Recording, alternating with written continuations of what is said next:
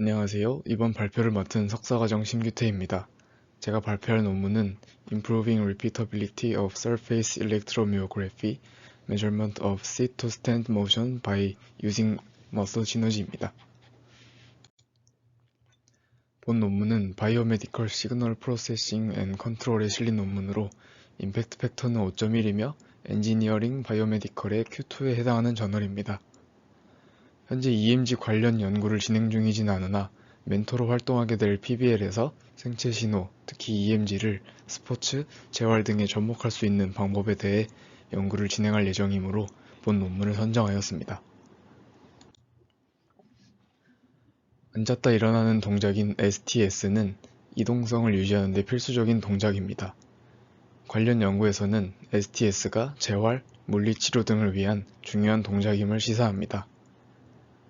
EMG는 움직이는 동안의 근육 활동을 측정하는 데 자주 사용되었으나 전극을 정확한 위치에 부착하지 않을 경우 측정 결과의 변동성이 크다는 단점이 있습니다. 따라서 본 연구에서는 EMG 결과를 직접 사용하는 대신 전극 부착 위치에 의존하지 않고 머슬 시너지를 도출하는 연구를 진행했습니다. 머슬 시너지란 어떠한 동작을 하는 동안 발생하는 근육 활동의 패턴을 의미합니다. 선행 연구들에서 유사한 동작에서 반복적인 패턴이 나타나는 것을 확인하였으나 안정성을 분석하는 연구는 수행되지 않았습니다. 따라서 전극 위치의 변동성을 완화하는 연구를 진행하였습니다. 데이터 취득 과정입니다. 실험은 20대의 건강한 남성 5명을 대상으로 진행되었습니다. 피험자들 모두 실험 전 6개월 동안 근육과 관련된 병력이 없었다고 합니다. 전극은 아래 그림에 표시한 7개의 다리 근육과 척추 기립근에 부착하였습니다. 왼쪽과 오른쪽에 하나씩 부착하여 총 16개의 전극이 사용되었습니다. 전극 위치는 앉았다 일어나는 동작에서 주로 사용되는 근육을 고려하여 결정되었습니다. 또한 STS 동작을 수행하는 과정에서 무게중심의 궤적을 계산하기 위해 발 뒤꿈치와 발가락에 하나씩 마커를 부착하였으며 이를 모션 캡처에 이용하였습니다. 부착한 마커의 경우 빛을 반사하는 특성을 가지고 있어 적외선 카메라로 이를 촬영했다고 합니다.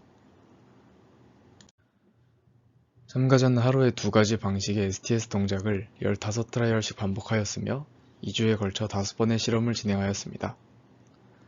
근육의 피로도 등 신체의 변화를 최소화하기 위해 각 실험 사이에 충분한 시간을 두고 진행했다고 합니다. STS 동작의 종류는 모멘텀 트랜스퍼 스트래티지인 MTS와 스테빌리제이션 스트래티지인 SS로 나뉩니다. 아래 그림은 각 방식에 따라 일어나는 과정을 나타내고 있으며 표시된 원은 무게중심을 의미합니다. 먼저 MTS는 왼쪽 그림과 같이 상체를 앞으로 내미는 과정에서 발생하는 추진력을 이용하여 일어나는 방식입니다.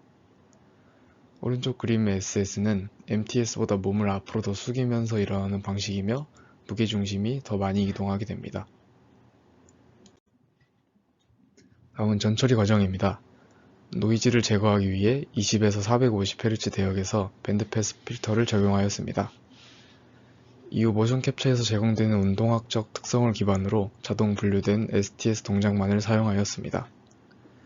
STS 동작의 시작점은 무게중심의 수평 방향 속도가 최고 속도의 7%를 초과하는 시점으로 선정하였으며 수평 수직 방향의 속도의 합이 최저가 되는 지점을 STS 동작이 끝나는 지점으로 선정하였습니다. 이후 측정한 데이터에 Non-Negative Matrix Factorization, 줄여서 NMF를 적용하였습니다. NMF는 음수값을 가지지 않는 다채널 데이터를 분해하는 방식으로 데이터의 특징 추출이나 차원 축소 등에 주로 사용됩니다. 각 전극에서 측정된 EMG 신호를 하나의 행렬로 만든 뒤 행렬을 2개의 행렬로 분해하는데 여기서 행렬 W는 EMG의 스파셜 패턴을, 행렬 H는 템포럴 패턴을 의미합니다.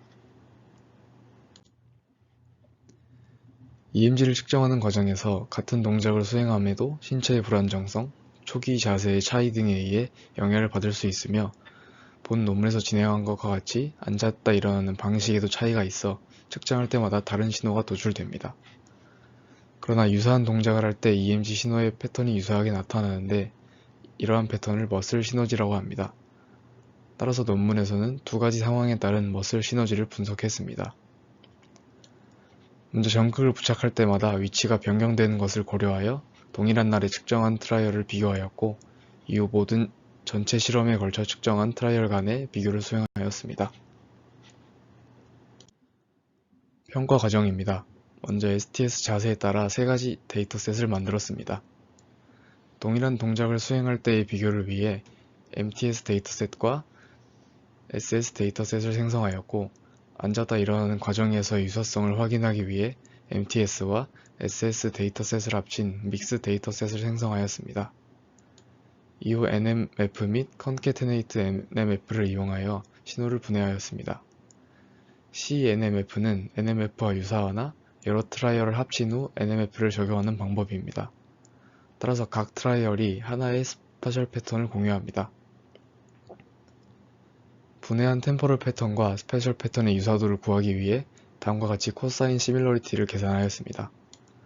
코사인 시밀러리티의 경우 값이 1에 가까울수록 두 데이터가 서로 유사함을 의미합니다. NMF 및 CNMF로 분해한 스페셜 패턴과 템포럴 패턴을 재구성한 신호와 원래의 신호 간 오차를 계산하여 신호를 분해하는 성능을 평가하였습니다. 평가에는 다음 식과 같이 계산한 VAF를 이용하였습니다. VAF는 원 신호에서 재구성한 신호를 뺀 신호의 분산을 원 신호의 분산으로 나눈 값을 다시 1에서 뺀 값으로 값이 1에 가까울수록 신호를 재구성하는 과정에서 오차가 발생하지 않음을 의미합니다. 아래 그래프는 각 피험자 및 신호 분해 방식에 따른 평균 VAF 결과로 SF는 NMF를, CF는 CNMF를 이용하여 재구성한 신호를 의미합니다. CNMF의 경우 여러 트라이얼을 동시에 분해하므로 MTS, SS 및 믹스 데이터를 재구성한 결과가 있으나 NMF의 경우 하나의 트라이얼씩을 분해하므로 MTS와 SS를 재구성한 결과만 표시하였습니다. 평균적으로 90%가 넘는 VAF가 도출된 것으로 보아 두 방식 모두 신호를 분해하면서 오차가 발생하지 않음을 확인할 수 있었습니다. 다음은 동일한 날에 측정된 신호에서 분해된 스페셜 패턴의 유사도입니다. MTS와 SS는 같은 동작을 수행한 트라이얼 간의 유사도만을 계산하였으며 믹스의 경우 모든 트라이얼 간의 유사도를 계산하였습니다. 먼저 SF는 NMF를 이용하여 생성된 패턴 간의 유사도를 CFI는 동일한 동작에 대한 NMF와 CNMF 결과의 유사도를 의미하고 CFX는 NMF 결과와 믹스 데이터셋에 대한 CNMF 결과 간 유사도를 의미합니다. 결과를 보면 MTS 동작을 수행할 때 유사도가 더 높은 것을 알 수 있는데 이는 SS 동작이 더 큰 동작을 요구하고 이에 따라 변동성 또한 크다는 것을 입증합니다. 동일한 날에 측정된 신호에서 분해된 템포럴 패턴 간의 유사도입니다. 스파셜 패턴과 동일하게 MTS 동작을 수행했을 때의 유사도가 더 높은 것으로 보아 SS 동작의 변동성이 더 큰 것을 확인할 수 있었습니다. 다음은 전체 실험에 걸쳐 측정된 신호에서 분해된 스페셜 패턴 간의 유사도입니다. 모든 피험자가 SF보다 CF에서 더 높은 유사도를 보이는데 이는 NMF보다 CNMF가 앉았다 일어나는 과정에서의 공통된 패턴을 더 정밀하게 분해함을 입증합니다. 전체 실험에 걸쳐 측정된 신호에서 분해된 템포럴 패턴의 유사도입니다. 스파셜과 동일하게 MTS에서 그리고 CNMF를 이용했을 때 높은 유사도가 도출됨을 확인할 수 있습니다. 결론입니다. 본 논문은 전극 위치 및 동작의 변동성을 완화할 수 있는 방식을 제안하였고 실제로 분해된 템포럴 및 스파셜 패턴의 유사성을 통해 여러 조건 하에서도 동작을 수행할 때 발생하는 근육 활동의 패턴이 유사함을 확인할 수 있었습니다. 한 가지 아쉬웠던 점은 STS 동작을 더 세분화하여 분할하고 유사도 확인에서 그치지 않고 제스처 분류와 같이 각 동작의 분류를 시도하였다면 연구의 목적이 좀 더 명확할 수 있을 것 같다는 점입니다. 지금까지 발표를 들어주셔서 감사합니다.